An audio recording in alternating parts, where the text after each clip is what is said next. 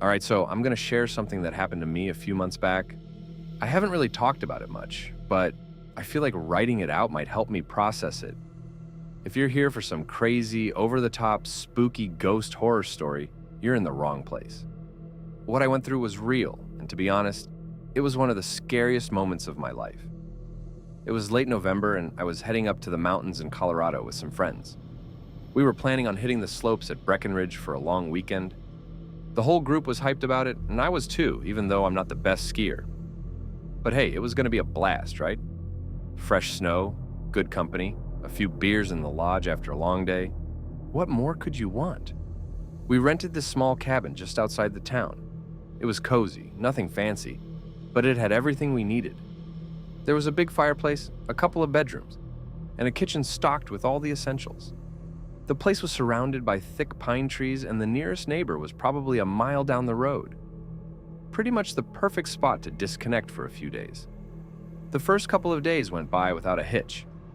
We hit the slopes and spent the evenings by the fire, swapping stories and laughing our asses off. But on the third day, things took a turn. The weather forecast had been calling for a snowstorm, and boy, did it deliver. It started snowing in the early morning, and by noon, there was already a solid foot of snow on the ground. The wind was howling, and visibility on the slopes was getting worse by the minute. Most of the group decided to stay in the cabin that day, but I was itching to get one last run in. I figured it wouldn't be a big deal. I'd just do a quick run, then head back to the cabin before the storm really kicked in. My buddy Brad, who's a way better skier than me, decided to join. We grabbed our gear and headed out. The drive to the base of the mountain was rough. The snow was coming down hard and the roads were slick.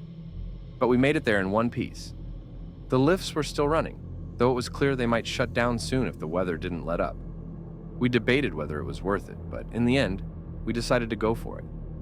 The ride up the lift was brutal. The wind was cutting right through my jacket, and I could barely see a few feet in front of me. But once we got to the top, I felt that rush of adrenaline. It was quiet up there, like the whole world had been swallowed by the storm. We both knew it was probably stupid to be out there, but at that point it was like, screw it, we're already here. We started our run, and for the first few minutes, it was actually kind of fun. The fresh powder was perfect, and we were making good time. But then, out of nowhere, the visibility dropped to almost zero. The wind was whipping up the snow so hard that it was like skiing through a whiteout. Brad was ahead of me, but I lost sight of him pretty quickly. At first, I wasn't too worried. I figured I'd just follow the trail and catch up with him at the bottom.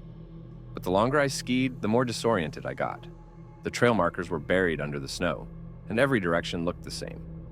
I kept telling myself to stay calm, but my heart was pounding in my chest, and that's when it happened. I don't even remember exactly how I fell. One second I was skiing, the next I was tumbling down the slope, completely out of control. I must have hit a patch of ice or something, but all I know is that I went down hard. When I finally came to a stop, I was on my back, half buried in snow, with my skis twisted up in some weird angle. I tried to get up, but a sharp pain shot through my leg. I knew right away that something was seriously wrong. I managed to sit up and take a look. My left leg was bent in a way it definitely shouldn't have been, and the pain was getting worse by the second.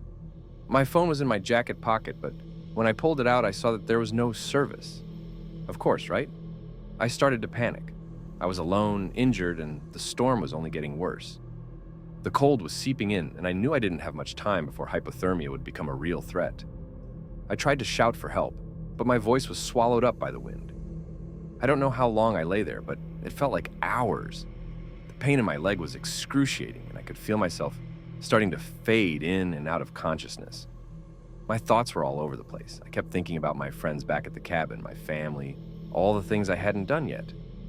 It was like my life was flashing before my eyes, but in slow motion. And then, something weird happened.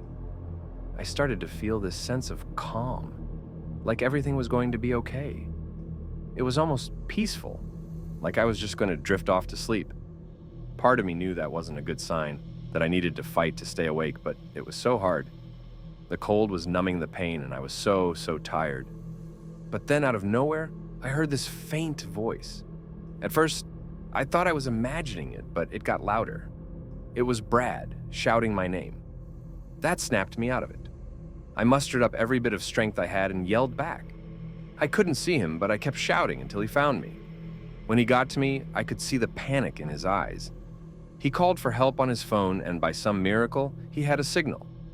I don't remember much after that, just bits and pieces of the rescue team arriving, the pain as they moved me, and the relief of finally being in a warm ambulance. They told me later that if Brad hadn't found me when he did, I probably wouldn't have made it. The cold was already taking its toll, and with my leg broken, there was no way I could have gotten out of there on my own. It wasn't some dramatic, supernatural event, it was just this overwhelming sense of peace, like I could let go and it would all be okay. But looking back, that's the scariest part. How close I came to giving up, to just letting go and slipping away. I'm still dealing with the aftermath of that day, physically and mentally. My leg's healing, but I've got a long way to go. The nightmares are the worst part. I keep reliving that moment when I was lying there, alone in the snow, thinking it was the end. Anyway, that's my story. It's not some crazy horror tale, but it's the most terrified I've ever been in my life. If there's one thing I've learned from all this, it's to never underestimate nature. The mountains are beautiful, but they can be brutal too. And when you're out there, you've got to respect that. I've always liked swimming, like, not Olympic level or anything, but growing up in LA, you kind of just spend your summers in the ocean. So what happened last weekend at Venice Beach still doesn't make sense to me. Honestly, it freaks me out more than I want to admit, and I'm just gonna lay it out here, because I need to get this off my chest. So I'm at Venice Beach, right? I've been there a million times. The sun's out, people are everywhere, the usual vibes. My friends and I had set up our spot near the pier, close enough to the lifeguard tower that I could hear the occasional whistle when someone got too far out. It was the kind of day where everything just felt chill, like no stress, just a good time. Around midday, after a few hours of lounging and snacking, I decided to go for a swim. Nothing major, just to cool off. The water was kind of cold at first, but I got used to it quickly, like always. I swam out past where the waves were breaking, just floating around, letting the current push me a little. It's my favorite part of being in the ocean, just that weightless feeling, like nothing matters. But then, out of nowhere, I felt it. This sudden shift in the water. It was subtle at first, but there was a tug at my legs, like something was pulling me. I figured it was just a current, maybe a little stronger than usual, but I could handle it. So I started swimming back toward the shore just in case, except I wasn't getting any closer. If anything, I was being pulled further out. Panic set in, but I tried to stay calm. I remembered all the stuff you're supposed to do. Swim parallel to the shore, don't fight the current, all that. But no matter what I did, I was getting dragged further out. That's when it hit me. I was caught in a riptide. Now, I know what you're thinking. Rip currents are super common, right? People get stuck in them all the time. And as long as you don't panic, you're usually fine. That's what I thought too. I've been in rip currents before, and they're no joke. But this one was stronger, more relentless. Like, it didn't just want to pull me out to sea, it wanted to drown me. I started swimming harder, but I was getting tired fast. The waves were getting rougher, and I could feel the salt water burning my eyes and throat. Every time I tried to yell for help, my mouth filled with water, and I'd choke, coughing and gasping for air. I remember looking back at the beach, seeing how far away it was, and realizing no one even knew I was in trouble. People were just dots on the sand, and the lifeguard wasn't even looking in my direction. I was alone. I don't know how long I was out there, fighting to stay above water. It felt like forever, but it was probably only a few minutes. But in that time, I went through every possible emotion: fear, anger, desperation. I even started bargaining with myself, like, if I make it out of this, I'll never take the ocean for granted again. I'll be more careful. Then I got tired, like, really tired. My arms felt like lead, and I could barely keep my head above the surface. The waves kept slamming into me, pushing me under, and every time I came up for air, I swallowed more water. But then something inside me snapped. Maybe it was survival instinct, or maybe I just wasn't ready to die. But I forced myself to keep going. I started kicking as hard as I could, ignoring the burning in my lungs and the fatigue in my muscles. I was pissed off at the ocean, at myself, at the situation. I wasn't going to go out like this. And then out of nowhere, I felt sand under my feet. I couldn't believe it. Somehow I had managed to get out of the riptide and make it back to where the waves were breaking. I was still far from the shore, but I could stand, and that was enough. I stumbled through the water, practically crawling on all fours, until I was close enough to drag myself onto the sand. When I finally collapsed on the beach, gasping for breath, I realized I was shaking. Not just from exhaustion, but from the sheer terror of what I had just been through. I'd never been that close to dying before, and it scared the hell out of me. My friends noticed I was missing after a while and came looking for me. When they found me, they freaked out, asking what happened. But I couldn't bring myself to tell them the whole story. I just said I got caught in a current and needed to rest. They gave me some water and tried to get me to eat, but I couldn't. I was too rattled. I haven't been back to the beach since. Every time I think about going, I remember the feeling of that riptide, the way it wanted to drag me down, and I just can't. It's not just about the physical danger, it's the mental part too. That feeling of being so close to the edge that you can see what's on the other side. I don't know if I'll ever be able to go back in the ocean. Maybe one day, but right now I'm just trying to process what happened. I don't think I'll ever forget the way it felt to be so close to death, and then, somehow, miraculously, survive. This isn't about seeing a bright light or anything like that. It's about a hiking trip that went south, fast.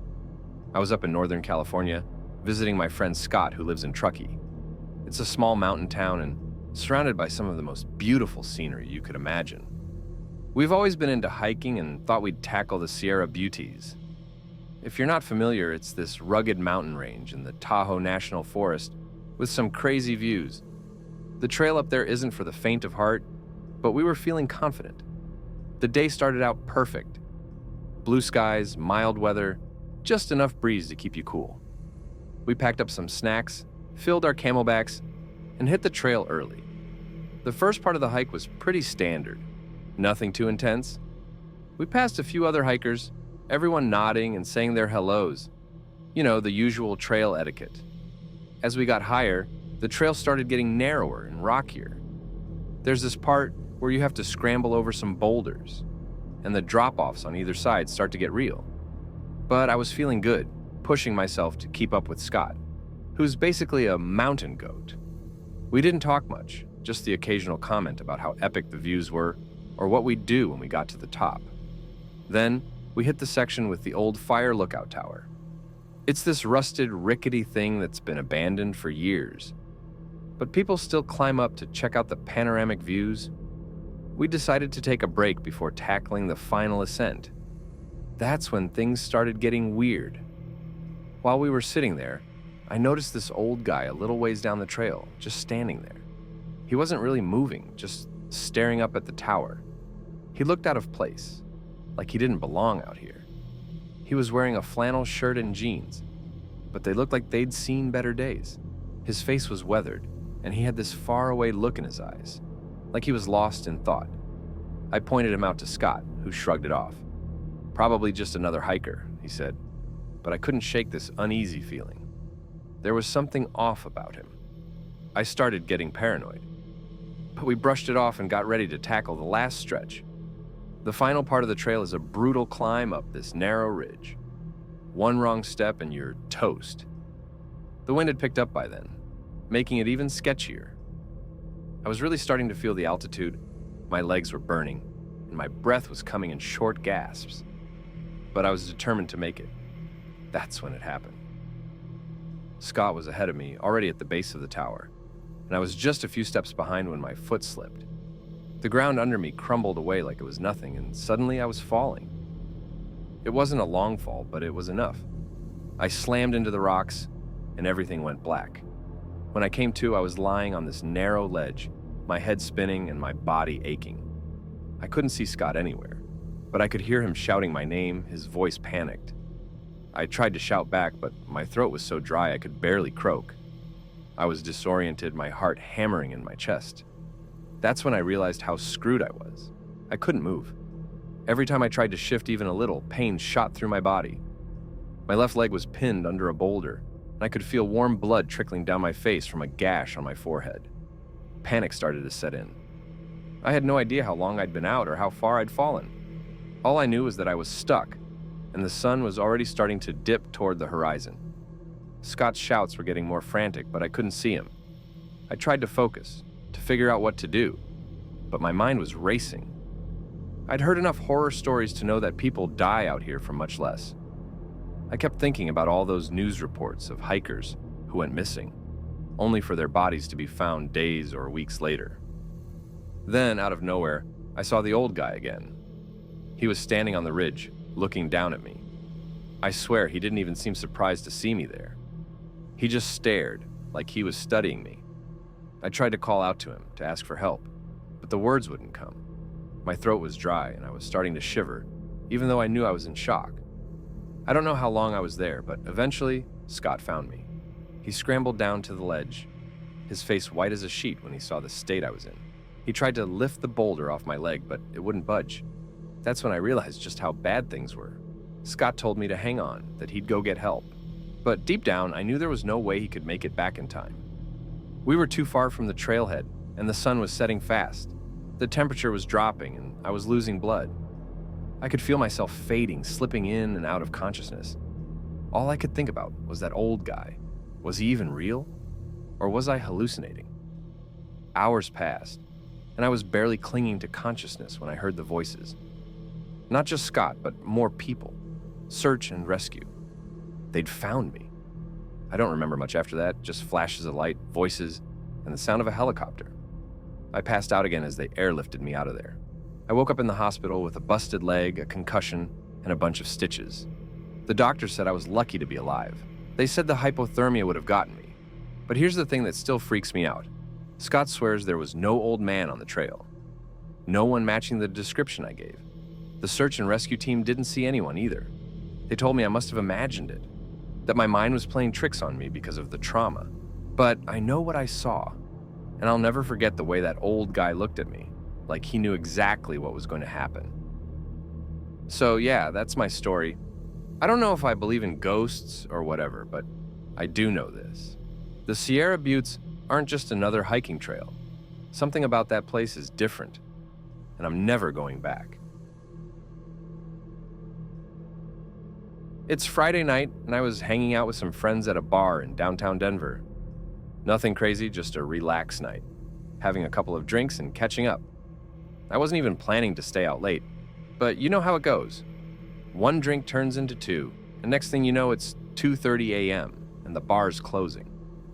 Now, I'm not a huge fan of taking Ubers late at night, but the buses had stopped running and I didn't feel like waiting for a lift. So I figured I'd just grab an Uber and be home in like 15 minutes. I live in Capitol Hill, which is only a few miles away, so it's usually a quick ride. I pull up the app, request a ride, and this guy named Henry accepts it. The dude had a decent rating, like 4.8 stars, so I wasn't too worried. Car pulls up and it's this older Honda Civic. Pretty standard for an Uber. I hop in and immediately something feels off. I can't even put my finger on it, but you know when you just get that gut feeling? Yeah, that.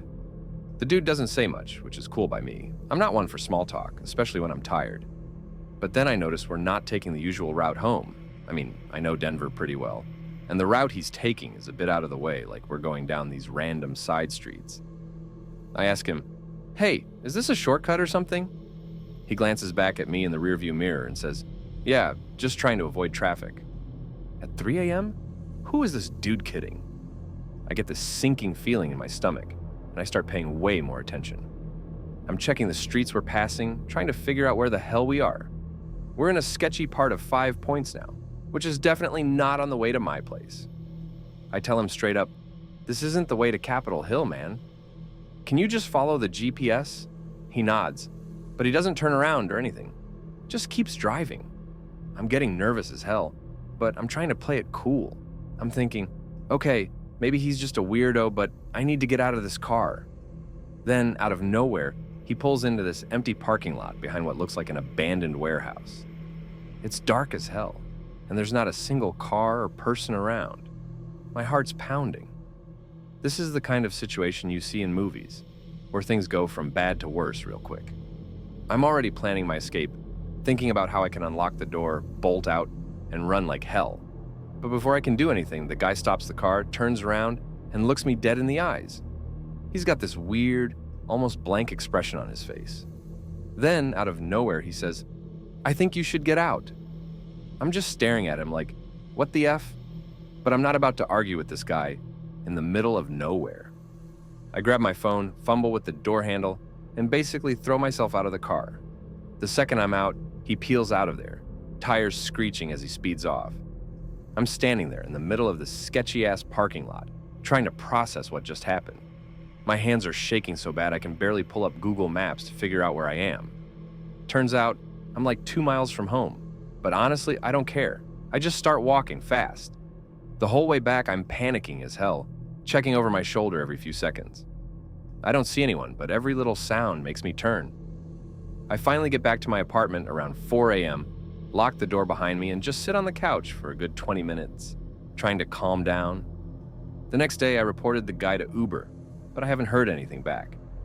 I don't even know what his deal was. Like, was he planning to rob me, or was he just a freak? Whatever it was, I'm counting my blessings that I got out of that car when I did. I've had some close calls in my life, but this one, I don't know, man. It felt different. It felt like I was this close to something really, really bad happening, and I just happened to dodge it. I'm not gonna lie, I haven't taken an Uber since. I'm sticking to buses and daytime rides for now.